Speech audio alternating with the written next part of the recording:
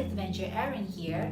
On today's video on thinking skills, we're going to talk a little something about global warming. Well, it's not really little, it's actually one of the biggest environmental issues out there. So I know you might have heard of global warming. So on this video, I'm just going to remind you on what that is, the effects of it, and why it's significant. Let's go!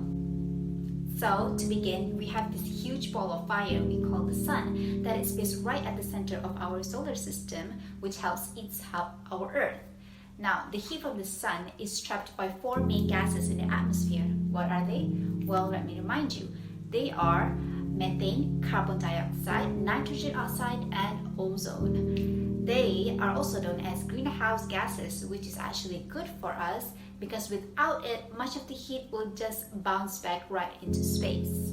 So the thing that becomes a problem is the gases are unbalanced due to human activity, such as fossil fuel burning of oil, natural gases, coal that releases way too much carbon dioxide. Besides that, mass deforestation can also be a factor in disturbing the balance in greenhouse gases because trees and plants help in stabilizing this temperature by absorbing all those extra carbon dioxide from the air and in return release oxygen. Agriculture and farming of livestock animals such as cattle, sheep, goats produce methane as a byproduct of digestion, and fertilizers that farmers use also release nitrous oxide, which is, you guessed it, another greenhouse gas. This whole process, which is called the greenhouse effect, is how global warming came into existence. You might think a little heat won't do any harm that much, won't it? Well, actually, to most scientists, it can do a lot of damage. You see, even a small change to the Earth's temperature can bring about a large impact to the environment. Let's see, we have glacier melting. Due to increased temperature, the glaciers will continue to melt and shrink. Now, as glaciers melt, it will lead to another catastrophe, which is rise of ocean levels. This can cause mass flooding in cities. Another example, extreme weather. Many scientists believe that all the rise in temperature will fuel more deadly hurricanes and droughts that eventually lead to another impact, which is the migration of animals that might migrate to cooler places when their old habitat gets too warm.